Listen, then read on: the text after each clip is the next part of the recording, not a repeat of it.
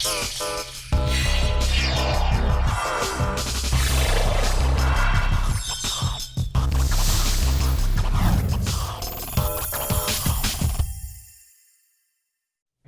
United Nations Economic and Social Commission for Asia and the Pacific is an intergovernmental organization with 62 member countries that was established in 1947 with the aim of promoting economic and social development in the region.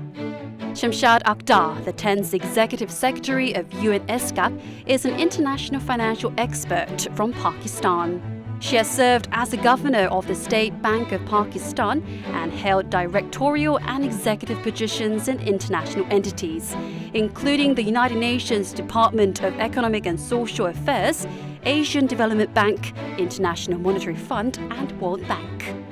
Meet Shamshad Akhtar, the Executive Secretary of UN ESCAP, working to promote regional integration and connectivity through economic, social, and infrastructural projects.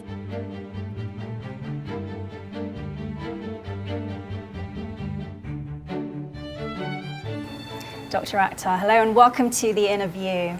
Thank you very much. Thank you so much for joining us. It's such an honor to have you. My pleasure. And I'm super excited to hear some of the insights that you'll be giving us today. Thank you. So you are here in Korea to open the first high-level dialogue on financing for development in Asia and the Pacific.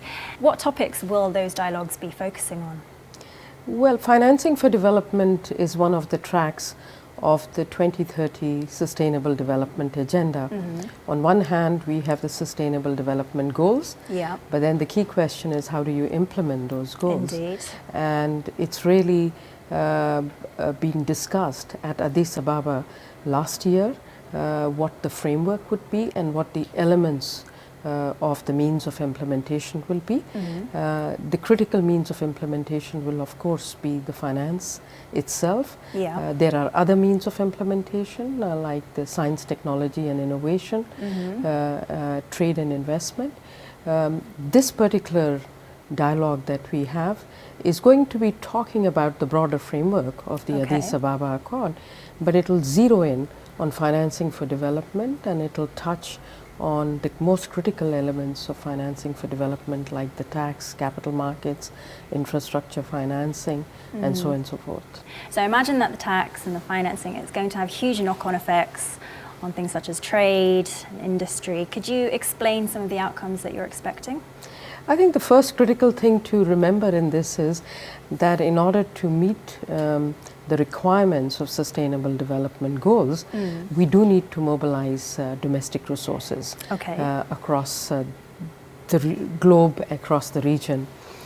And of course there are unintended consequences of anything that we do, but this is a win-win, because if you raise resources, then you are able to fast-track development and fast-track development across different segments.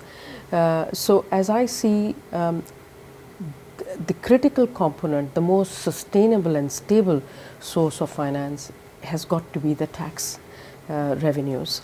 And in fact, in bulk of the region, there has been a tax competition. In order to attract resources, countries have tried to give tax holidays and tax exemptions, which actually erode the tax base.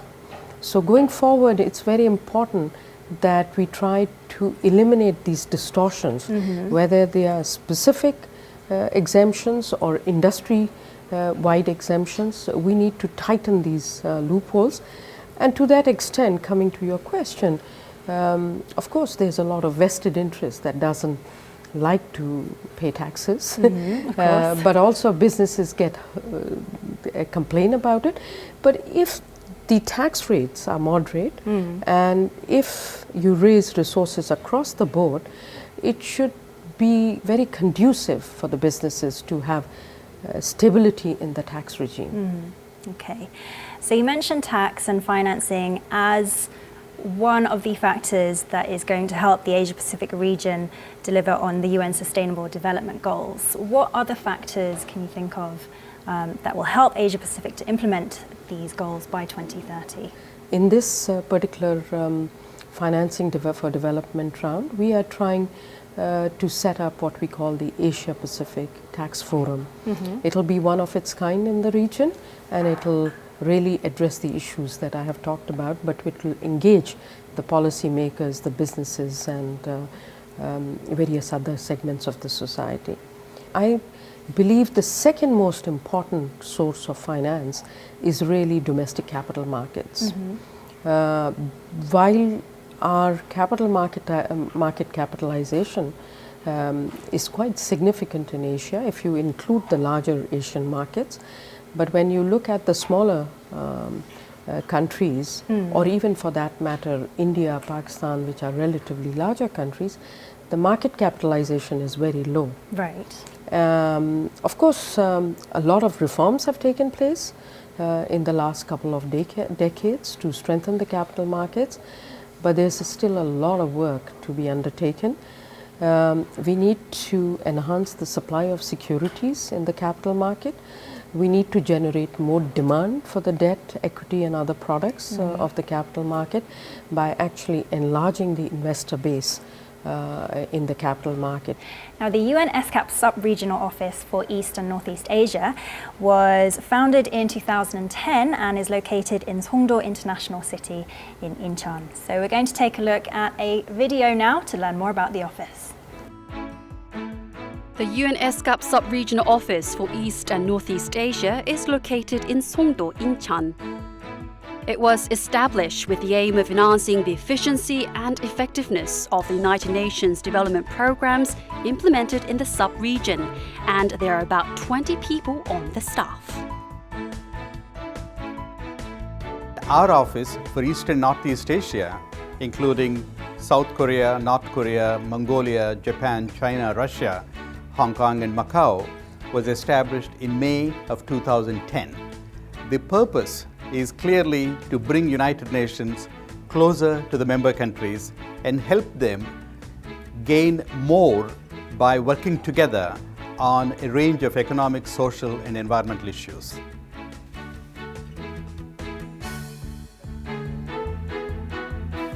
This poster shows the 17 Sustainable Development Goals that the UN adopted last year. The UN ESCAP Sub-Regional Office for East and Northeast Asia is focusing on the goals related to sustainable cities and communities, climate actions, and multilateral partnerships. What we are trying to do in the sub-regional office is to take the sub-regional priorities on implementing the Sustainable Development Goals. That is a big priority. The second major priority is, this is one of those sub-regions that are very prominent, very important economically, socially, from a security point of view and political point of view, but has very little that brings them together in the nature of an intergovernmental organization. And the third priority is really bringing the parliamentarians in the region, as well as the private sector companies in the region, to work together on sustainable development and promoting inclusive growth for all of its peoples. So we talked about the FFD dialogue as part of your duties as Executive Secretary of ESCAP, but could you reiterate for our viewers what exactly it is, in a broader sense, what ESCAP does? What was the purpose of its establishment? What kind of work is it involved in?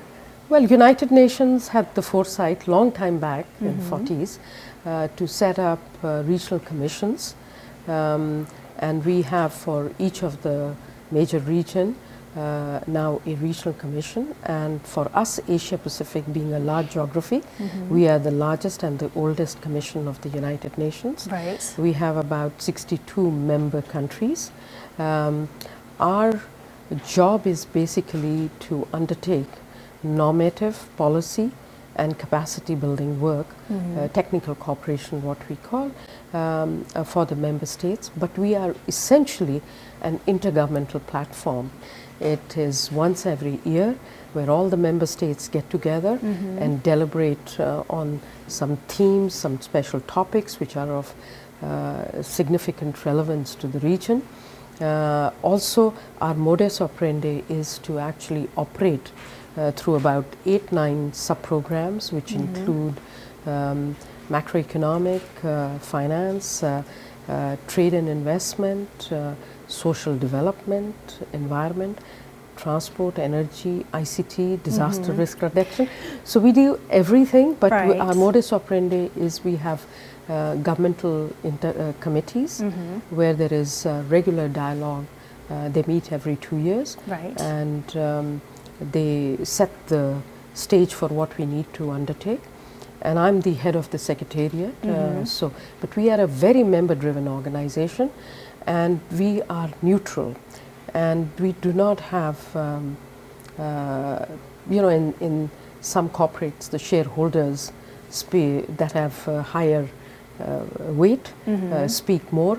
However, United Nations principle is one vote per country, so it's a very democratic mechanism of deliberations. So all the member states have an equal say. Have an equal say in the debates. So it seems you cover a huge operation here. Absolutely. And you mentioned intergovernmental negotiations. How easy or difficult is that? Because you have all these different member states. I mean, we are in one continent, but obviously all these different states have their best national interests at heart as well. So how do those intergovernmental negotiations and talks take place? Well, I'm a person who does believe in trying to integrate the members' voice. And I do like dynamic debates.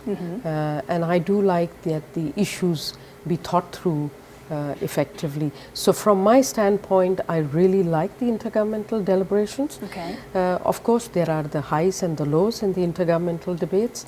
There are differences once in a while. But I have to say that since at least I have been observing this, I have found that it's actually a very good partnership among Asia Pacific members. One of the common features that this region has, it's very businesslike. It cuts through the chase and gets. I think it's really at the global level where I find the debates dragging a bit. But on our side, once we know what we want to get, then of course some power game happens, but it's very manageable. Okay. Now, ESCAP is involved in various programs and projects in order to promote social and economic development across the Asia-Pacific region. Now, these are huge projects involving multiple countries, and they obviously require a lot of funding. So where does this funding come from in order to cover these projects? Well, first of all, I should have at the outset made it clear that we are not a financing body. United Nations has regional commissions, and United Nations has funds and programs like the UNDP, the United Nations Environment Program, UNICEF and all. So the funding is supplied by other UN agencies. Okay. But our funding is relatively small compared to, say, the funds and programs that have to undertake projects financing. Right. And can I ask how big the ESCAP annual budget is? About 120 million. This is the first time I'm actually in an organization with that funding. I have usually had larger budgets. Right. You're But lots it of is financial organizations before, That's I right. believe. But this is adequate for our requirements. Of course, the more we have, the more we can do. Yeah. But you must have heard that United Nations is broadly going through lots of budget cuts. And of course, we have also had a bit of that on our side. Okay. But we are also strategizing ourselves a bit. We have added some new sub-programs, such as financing for development is a new area, science, technology and innovation, energy connectivity, and few other things like that. So we are pretty dynamic. I mean, despite the budget we have, we try to prioritize and reprioritize ourselves. So even with a slightly lower budget, as you say, ESCAP is covering a large number of very, very large projects. Well, we are fortunate that we also have another provision, which is extra budgetary funding. Okay. Which is, we have the regular budget, which comes from the UN formal system. So 120 million I referred to is that regular budget. And then we have extra budgetary funding, which is in the range of 25-30 million, depending on the period we are talking about. And we are, of course, encouraging a range of countries to contribute more towards that extra budgetary funding, because that helps us reach out and be much more, have more depth and breadth in our technical cooperation if we have extra budgetary funding. And Korea is one of our good partners in financing. I see. So let's talk about some of ESCAP's current projects in more detail then. Could you tell us more about the Trans-Asian Railway project and what that project envisions? Well, first of all, I think it's important to highlight that ESCAP uniquely has a pretty substantive mandate on regional connectivity. That stems from the tradition of the Asia region to promote regional economic cooperation and integration. So the genesis of it lies through that broader framework. And long time back, there was an agreement that we needed to promote corridors which would connect the larger landscape of Asia Pacific effectively. Asia is very large, so we had to plan. So transport railways is one of the most important elements of that.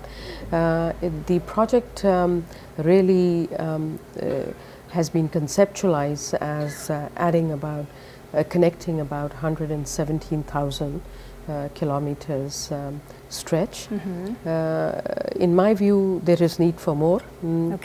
But if you were to even look at that 117,000, of that, about 11,500 has yet to be developed. But the demands are much higher, not only because transport is the most cost-effective means of transportation, but also it has its positive impact on other externalities. I mean, if you use, if you move cargo in vehicles, then it adds more pollution than the transport, than the railways. And also it's a very important means of multimodal system. So we have been working on that, and we have a set modeled agreement, and we help countries, and we have regular consultations to encourage the connectivity of the missing links. And a lot of work needs to be done actually in railways as we move forward. Okay. And how does Korea fit into the picture of this project? Korea is a very important anchor for us because the railway starts depending on where you're sitting, but we have to evolve. The link is from Korea to Turkey. Right. And of course, linking Korea with its neighboring countries would have an advantage of having more seamless connectivity to the north more, including, say, China and Russia. So it must have taken many months of negotiations and talks and planning just to get the project off the ground. How is the progress going now, and when can we expect for it to be completed? If you look at the transport, Asian highways, there has been a lot of work. It's over a stretch of 143,000 kilometers. Asia also has the top 20 ports of the world. So Asia is pretty connected, but there is still scope for better connectivity. And one of the issues we do face is, actually there are two types of issues. One is the quality of the corridors that have been developed. So the quality of the road, as you know, it's class 1, class 2, class 3 and class 4. So right now there is a lot of work to be done to upgrade the standards of roads to an A-class standard. The second is the missing links, which is very serious, because if you can go this way, it's easier rather than go this way. So there are lots of missing links that have been identified and mapped, and there is a continuous dialogue with the countries to invest in these missing links. In some contexts, it's a question of the money. In other contexts, it's a question of getting political agreements for cross-border, and that's where we are very instrumental. We have just helped negotiate the transport agreement between Mongolia, China and Russia, which has been, which was kind of pending for some years. So ESCAP, as a honest broker and neutral partner with the technical expertise, tries to encourage more legal regulatory harmonization and tries to encourage adoption of a model agreement so that it becomes easier to have cross-border agreements. Okay. So when can we expect the project to be completed finally? Ongoing process. Ongoing. It has to be an ongoing process because one is the original plans, the second is the additional ambitions that countries have. And you must have heard about One Belt, One Road that adds several thousand kilometers to the existing transport corridors. And then you also must have heard about the Eurasia, so that also will add more kilometers that we need to work on. So our job is cut out for some years. It's never ending. And what do you think the expected economic impact will be of the Trans-Asian Railway on the Asia-Pacific region? Cost-effective delivery, and also it helps encourage multimodal transportation system, because obviously you have to connect the roads with the railways, with the ports, with again roads and then with ports. So it is a very it is relatively a cheaper alternative. It can be time efficient depending on how you manage it. These days countries are talking about high speed. So hopefully at some point we will be sitting in Korea and talking about the fascinating speed trains for cargo. And then the multimodal connectivity is very critical in the process. Okay, so you mentioned the Eurasia Initiative, and the South Korean government is pushing for this, and the Silk Road Express as well, that connects Korea with Europe through this integrated transport network. So what do you think are the most important preconditions for this initiative to become reality? Well, there are several prerequisites for it. One is because it's essentially regional connectivity, you need the member countries to have upfront agreements. Member countries need to have legal and regulatory standards harmonized. They need to really agree on standards and the quality of the transport network. There are sensitive cross-border issues, and the advantage of ESCAP's involvement is to actually facilitate those cross-border issues. So if the road is built, then if you want to send your trucks and vehicles, it should have a thorough access. So that needs to be also discussed. So it takes quite a bit of time to get these things through. But most of all, I mean, it would cost just to have Trans-Asian railways, missing links, and additional work that we need to do, about 68 billion. And similarly for the Asian highway, you would have almost, the requirements could be anywhere from 30 to 40 billion additional. So financing is key, and as you know, in regional infrastructure projects, raising financing is somewhat more difficult than for the national corridors. And thus far the experience is that the national governments have to take the responsibility of their national corridor, and then the other government takes responsibility of their national corridor, and they come close to the border then. and they are either financing from their public finances, from taxes, or they are borrowing from the multilateral development banks. So that brings me to the loop with the financing, because financing is quite critical. Indeed. And one of the subjects that we will be discussing in the financing for development will be to talk about how do you mobilize infrastructure financing. Of course, public finance will be critical, and that's why you need to raise domestic tax GDP ratios, but that's not going to be sufficient. We have a lot of global liquidity and regional liquidity in the system. Countries have huge reserves here.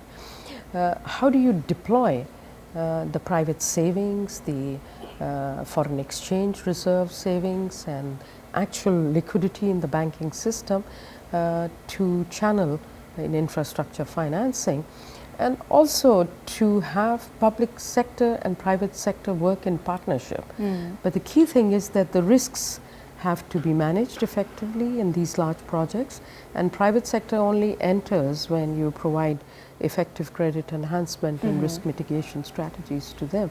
Now, ESCAP is actively involved in promoting development and cooperation in the Northeast Asian region, but the countries in this region are known for their reliance on exports and their trade protectionism as well. So it seems that economic cooperation might be a little bit difficult. How do you plan to overcome some of these issues and help facilitate cooperation in the region? Yeah, I think economic cooperation and integration is undoubtedly a complex process, but I think this region stands out for a pretty significant, and I mean Asia at large, stands out for a very decent progress in intra-regional trade. And the model of regional economic integration is not necessarily always government-led, it's private sector-led. Okay. So it's really the FDI flows and the interest in trade that ultimately matter. Now, Northeast Asia is a pretty diverse region. It has some developed countries and some developing countries, but also it has Mongolia, which is a landlocked country at the other end. So it has a lot of diversity, but at the same time, bulk of Northeast Asia's complementarities is quite distinct in terms of the factor endowments that it is. Now, this region is looking more globally. It's not necessarily always looking within Asia. Right. Of course, it has deep interest in Asia. Northeast Asia has deep interest in Asia, so don't get me wrong on that. But the key thing is that it also has the global interest in multilateralism promotion, and it's a pretty globally integrated region. So in some sense, it's a question of is one thing or the other right? Ultimately, regional economic integration, if promoted, can actually further promote in a sound manner global integration. Okay. Now, ESCAP is also big on promoting inclusive growth within the Asia-Pacific region, but there are some concerns that some of the weaker countries will come to depend economically on the larger, more advanced countries and just become less self-reliant. So what are your thoughts on that? The way we are addressing this issue in ESCAP is, and at United Nations, is that we have a special track of the least developed countries, less developed countries, small island economies, and we have a dedicated dialogue every year on the issues pertaining to these countries. Let's take the example of now ASEAN. ASEAN has the larger ASEAN, the 5 ASEAN countries, and the smaller 5. And within the smaller 5, clearly as ASEAN integrates more and more, there would have to be some corrective action taken to support the 5 small economies. Now, what would those be? Basically, they have to really improve their business environment more effectively. They need to dismantle all the distortions. They need to be more efficient to compete. There will be some countries that will have a distinct advantage in providing cheaper labor because more developed part of a sub-region will still have a high labor cost. while these countries. So there are, it's not so straightforward, but protecting those countries and ensuring proper advice is given to them, economic diversification, effective resource mobilization, reducing corruption. These are some of the ways that can also help the countries keep pace. But the developed part of a sub-region will always try to have promote regional value chains and have economic interest in the smaller economies, as long as they will be efficient producers. Okay. Now, as the countries in Asia become more and more developed, environmental problems become a bit of an issue as well. So what are ESCAP's recommendations for addressing the region's environmental issues?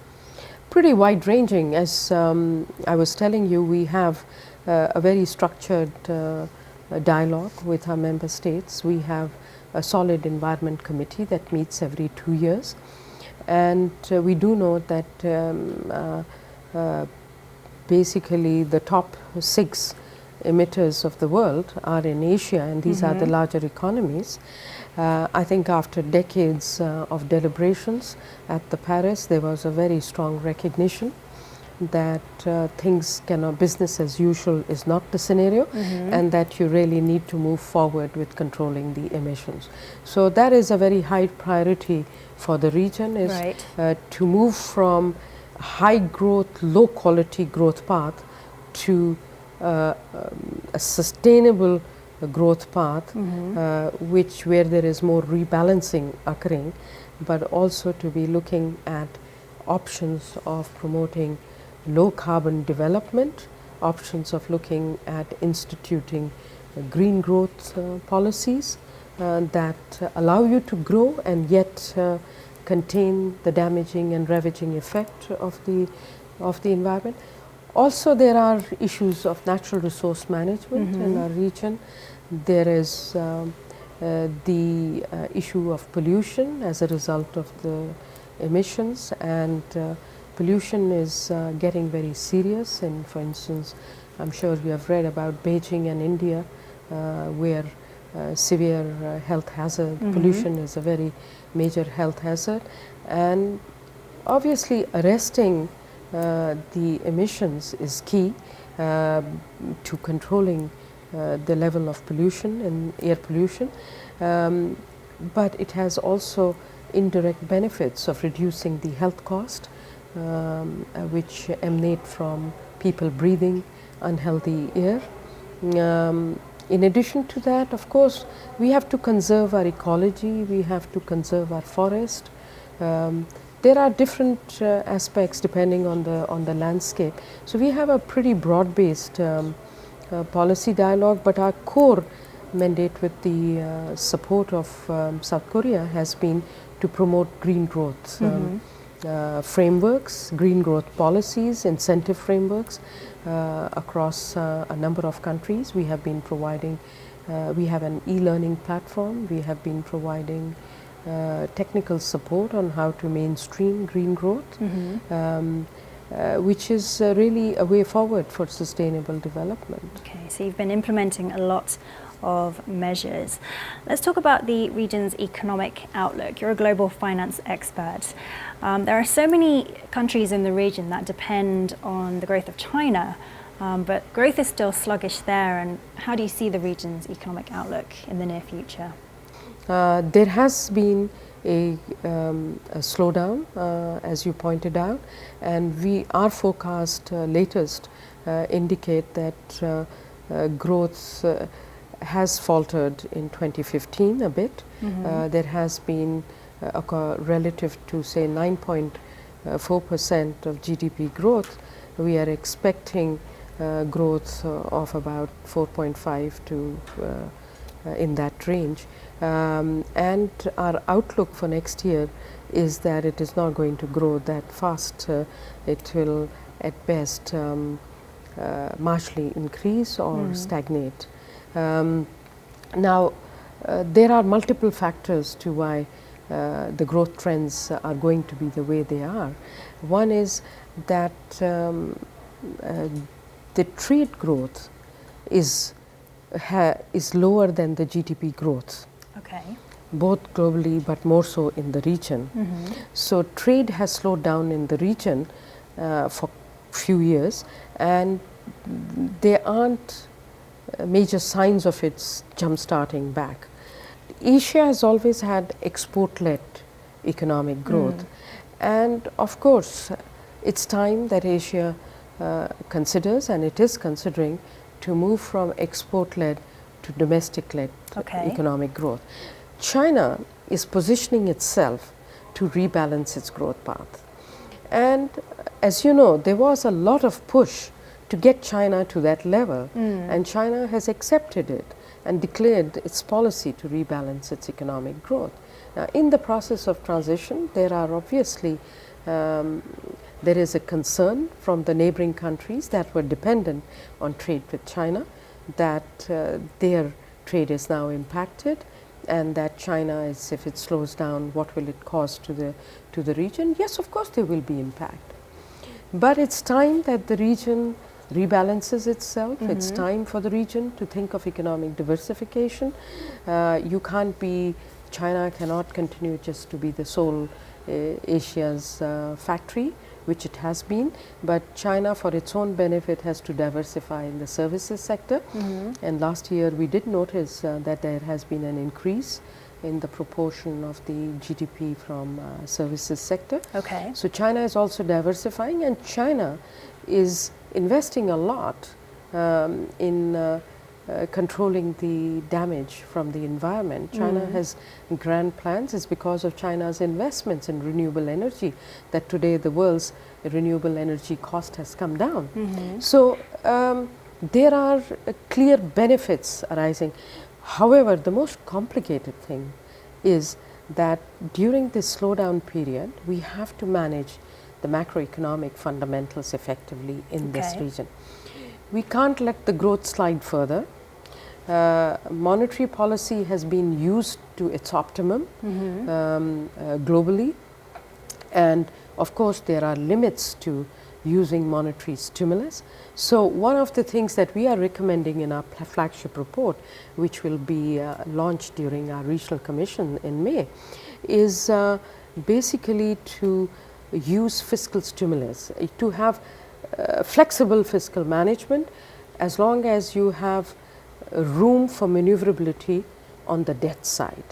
So we do find that there are some worrying signs on private and household debt arising, and debt GDP ratio could be on borderline for some countries. Right. So in that context, you have to manage the process very effectively. And also the last thing you want is to be hurt by any financial volatility in the markets. So the biggest challenge is with United States interest rates going up, there will be domestic interest rate pressures building up, and they will go up, which will also raise the financing cost. So some of these downside risks will have to be managed effectively, not to aggravate the slowdown. Let's put it in that simple manner. Okay. It sounds like we're on the precipice of possibly very large changes in the region as well. Our final question. You've worked for decades at huge institutions such as the International Monetary Fund, the Asian Development Bank, APEC, and UN DESA. But what is your ultimate dream or your ultimate hope as the Executive Secretary of ESCAP? My mission always has been to get development right so that the benefits of the development go to people. Whether you're doing an infrastructure project or you're doing a social project, that's not really important. Of course, both ultimately benefit the poor, but they have to be done in a right manner. Similarly, policy advice is very critical, but it's the right policy advice you need. The pace and sequencing of policy is quite critical, so I'd like to see that happen more effectively. So my mission would be to continue talking about poverty eradication, which is really the core of the Sustainable Development Agenda, and that cannot be achieved without looking at the broader framework of development, including cross-cutting issues like equality, is very important to be able to reinforce poverty. Okay. Well, I feel like you will make huge steps in your achievement of those goals. I have big confidence. And thank you so much for joining us today. Unfortunately, that's all the time we have. But it's been absolutely fascinating to hear your insights about the Asia-Pacific region, and I'm very much looking forward to some of the changes that we might see in the near future. So thank you once again. Thank you for the invite. Thank you. I appreciate it very much.